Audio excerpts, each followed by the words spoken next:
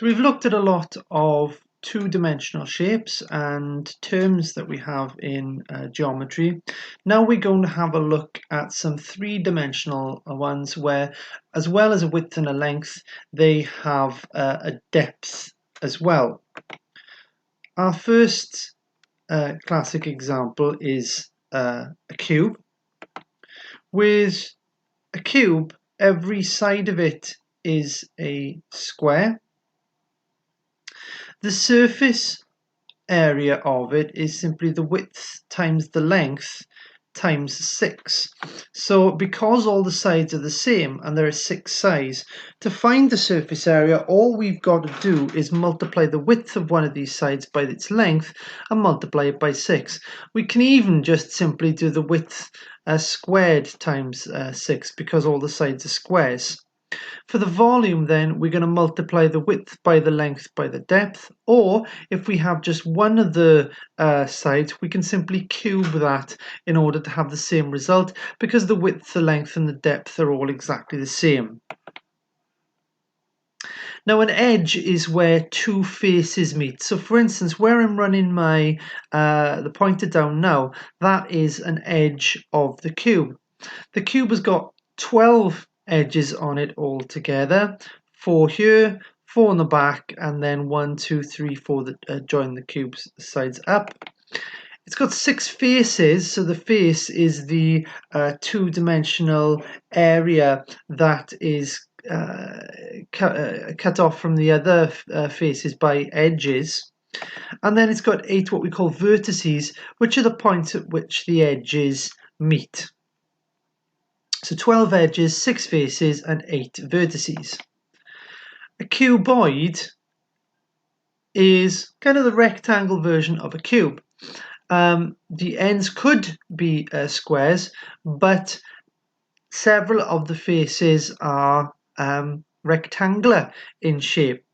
Now for the surface area, because we know with a cuboid, the one thing we do know is because they all meet at 90 degrees, the opposite sides are all equal to each other. So if we worked out the surface area of one of the sides, we automatically know the surface area of the opposite one.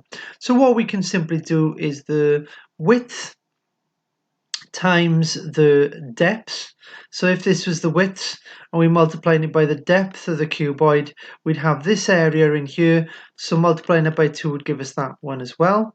Add it to the depth times the length. So I should have said width and depth there. And then depth and length. So now we've got these two sides and these two sides. And then the depth and the length. So now that gives us the 3 pairs of sides. And we have the total surface area if we add the 3 together. Volume is simply width times length times depth. We can't do anything sneaky like cubing it as with the cube, so we just need the 3 measurements in order to multiply them together to give us the volume. Edges, just like the cube, it's got 12, it's got 6 faces, and it's got 8 vertices. So in that sense, it's the same as a cube. The next is a prism. A prism is 2 faces of the same shape that are joined at a 90-degree angle here. Now there can be a prism can have any shape at the front. The only exception is the circle, where it's got a special name called a cylinder, or a cube or rectangular shape where as we know it, we've already said, is a cuboid or a cube. If it's a triangle, a hexagon, and so on, it's a prism. So for the surface area of the prism, we work out the surface area of the ends multiplied by 2. And remember, if you go back to two-dimensional shapes, you've got the various formula there to work out the surface area of, say, a triangle, in this case, half base times height. We multiply the side of the shape by the length of it to get the surface area of this area here, multiply it by the number of sides and add the 2 together. So for instance, if this was 3 down here and 6 up, I would do 3 times 6 is 18, multiplied by the number of sides of the triangle, 3, and then 54, I would have to add that number to the surface area of the two ends. Volume-wise, you just work out the surface area of the end of the shape and multiply it by the length. So a nice simple way of calculating that one. The edges, the number of edges is the number of sides times 3. So for instance, you've got 3 edges by here, 3 edges at the end, and then 3 edges that join those 3 edges together. So if you've got the number of sides of the end of the shape, just multiply that by 3. So in this case, there'd be 9 edges in a triangular prism. Faces, it's the number of sides of this shape at the end, add in 2. It's because the number of sides of this shape at the end tells us how many of these rectangles there are, in this case 3, and then add in the 2 just adds the end faces on. So in this case, the shape has 1, 2, 3 rectangle faces in the middle, and then add in the 2 on, 5 faces altogether. Vertices, we just multiply the number of sides by 2 instead. A pyramid then, for the surface area of the pyramid, it's half the base width times the height of the side times 4. Add in the base width times the length. So the base width is from here to here. So you'd halve that, multiply it by the height up to by here. Now that would give us, remember, half base times height gives us the surface area of the triangle. Because it's a pyramid, it's made up of 4 triangles, so you're then multiplying that by 4 to get 4 sides. So all you're doing is half base times height in order to work out how much surface area this one triangle covers, and then because a pyramid always has 4 triangles, you're multiplying it by 4. But then we need the surface area of the base as well, but if we do base width times length, because that's what you do with any square or rectangle, we can add that on, and that gives us the full surface area. So essentially you're working out the area of the 4 sides, the triangular sides, then adding on the area of the base.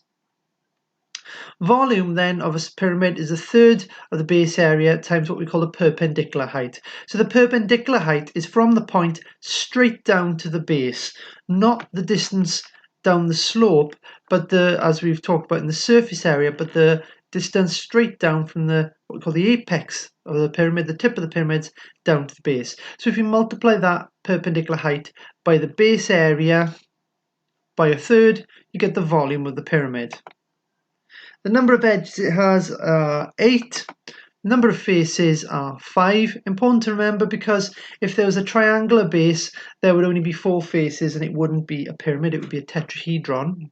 And then the number of vertices are 5 as well. So a cylinder then, cylinder's surface area, well, basically we're going to work out the surface area of the 2 ends, and they're circles.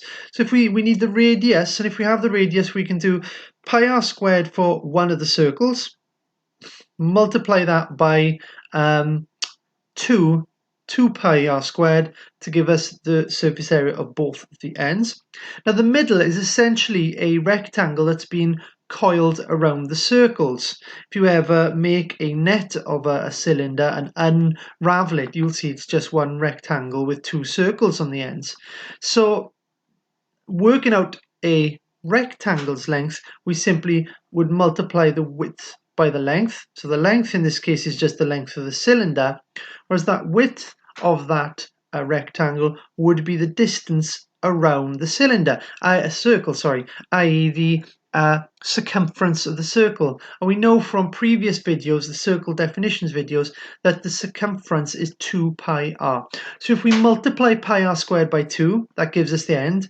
And then if we multiply the length by 2 pi r, that gives us the surface area of this area by here. And we can add the 2 together. We've got the surface area of the ends, and the surface area of the rest of it gives us the surface area of the cylinder.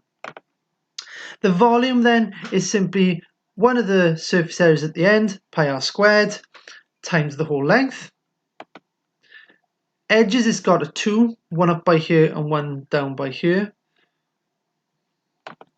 Faces, it's got 3, one by here, one up here, and one down there, and it hasn't got any vertices because there are nowhere where edges actually meet each other.